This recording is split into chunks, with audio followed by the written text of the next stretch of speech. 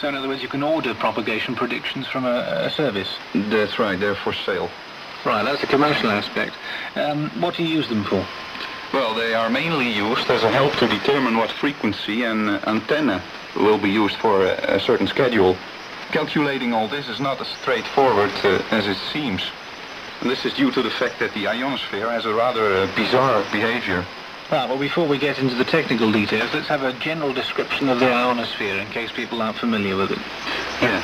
Shortwave radio communication over large distances is possible since there exists in the upper atmosphere a number of layers that are electrified and that bend back HF radio waves and return them to the Earth.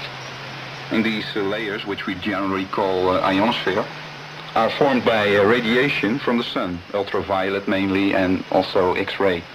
But unfortunately, the amount of radiation that illuminates the ionosphere is not constant at all, mainly since the sun is not a stable ultraviolet radiator.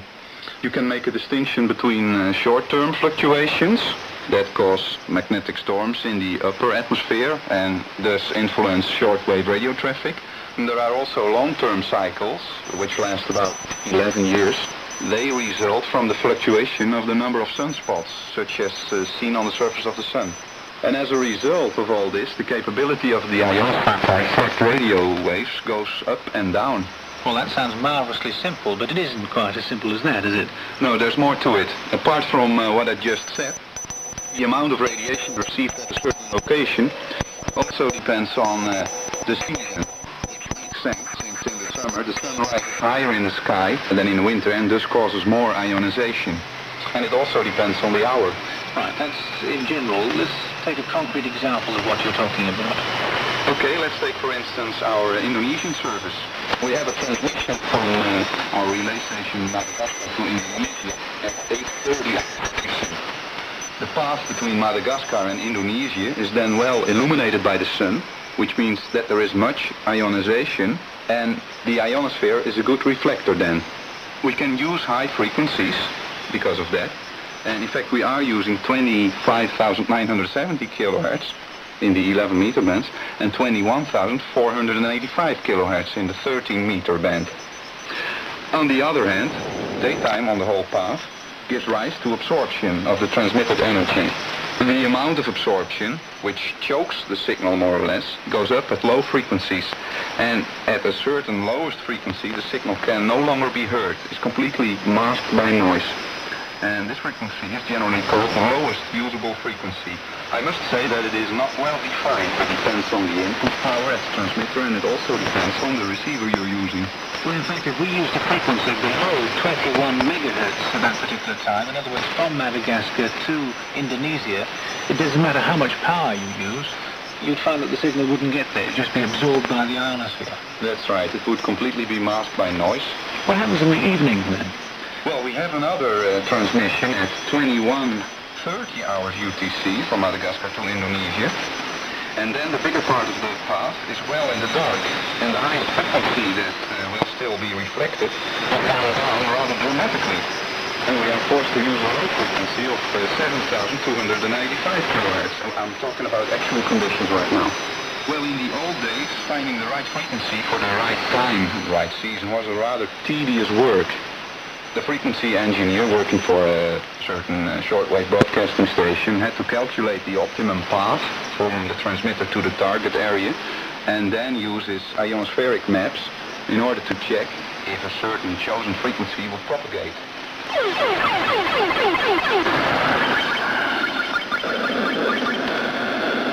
Now that computers are available, life is somewhat easier. Here at Radio Netherlands, we use a program called IronPrint 1.3, which runs on a simple desktop computer.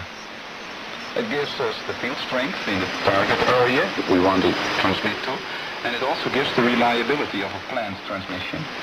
Reliability means, in this case, the number of days that a listener will be able to pick us up. And normally you would plan a transmission to be what, about 90-95% reliable, otherwise there's no point broadcasting. That's right, we try to get the highest possible. Now that's the professional program, the IronPred 1.3. How big is that program? It needs a memory capacity of about 25 kilobytes. Okay, so it's longer than the average program you put at home, I think. And that's right. It could be used on the hobby computer, but it would be too slow, I think. And it would also give you information that you wouldn't need as a shortwave listener. That's right. So, okay, we've made a simplified version of that. Yeah, well, the small program micromuff we're talking about, which has been designed for the shortwave listener, is in fact derived from INPAD 1.3 and is a very crude and simplified version of it. Okay, and what does it do? Well, it gives a curve of the maximum usable frequency and also a second curve of the lowest usable frequency for a specific shortwave path from transmitter to listener.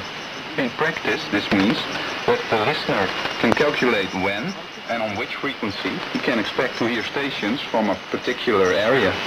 And I'm talking about a specific sunspot number and a specific season. Right, so he has to feed information into the computer. It'll ask him some questions. Yes, as soon as you start up the program, it asks you the coordinates of the particular area you want to listen to. Right, you can get those, for example, from the World Radio TV Handbook. They list the transmitter site with the latitude and longitude that you need. You could do it even in a simpler way by using a map. Well, second question from the computer program is, it wants to know your location. That makes sense, of course. And then it wants to know the season, the month, and the sunspot number. Now, where did you get the sunspot number from? Read it in your radio amateur magazine, or you can get it from WWV. And also the DX program, Swiss Shortwave Merry-Go-Round, broadcast by Swiss Radio International on the second and fourth Saturdays of the month. They also give a review of what's happened in the last month as far as sunspots are concerned. What's the number at the moment, approximately? Well, we use for our future schedule a sunspot number of 45. But the sunspot number right now is somewhat higher. I would say about 60. Right, now how accurate is your program? Well, since it is an extremely simple program, it needs only 3.5 kilobytes of memory space, you cannot expect the utmost inaccuracy. I noticed that the maximum usable frequency can be off even 25%. Since accurate lowest usable frequency calculations are extremely complicated and take up a lot of computer space, I decided to use a simpler method in order to get a left curve. How do you do that then? Well, I simply add the total amount of absorption along the path. And in practice, this gives a good impression of what the LUF does. But it can very well be used by, for instance, the medium wave DXer, who wants to find out what is the best hour to listen to a far-off station. Now, which computer will this program run on? Well, since it has been written in BASIC code, the Universal Basic Dialect, I would say that any listener who possesses the BASIC code translation program could use it without any changes. Now, those translation programs are available at the moment for about 25 different home computers. I'll come to that in a moment. But in case you don't have access to the basic code kit, can you still use this program at all? Yeah, it still is possible to use it. Only some instructions and statements are different for the various computers.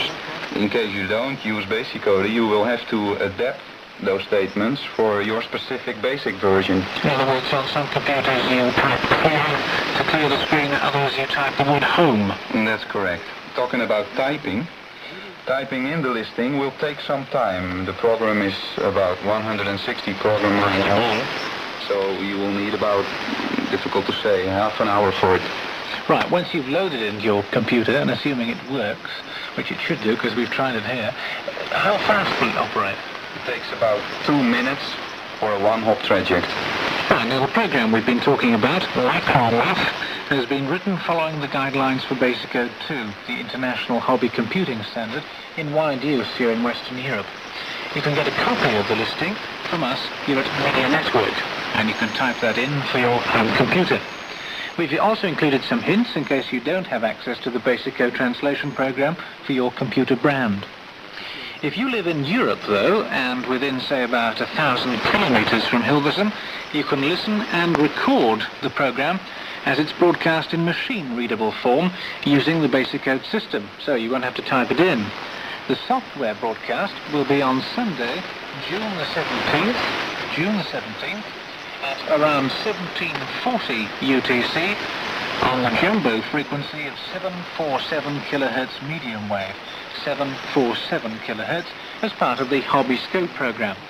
That program is in fact in Dutch, but there are segments before the computer program that will be in English. So two ways of getting hold of the micromuff propagation program, and we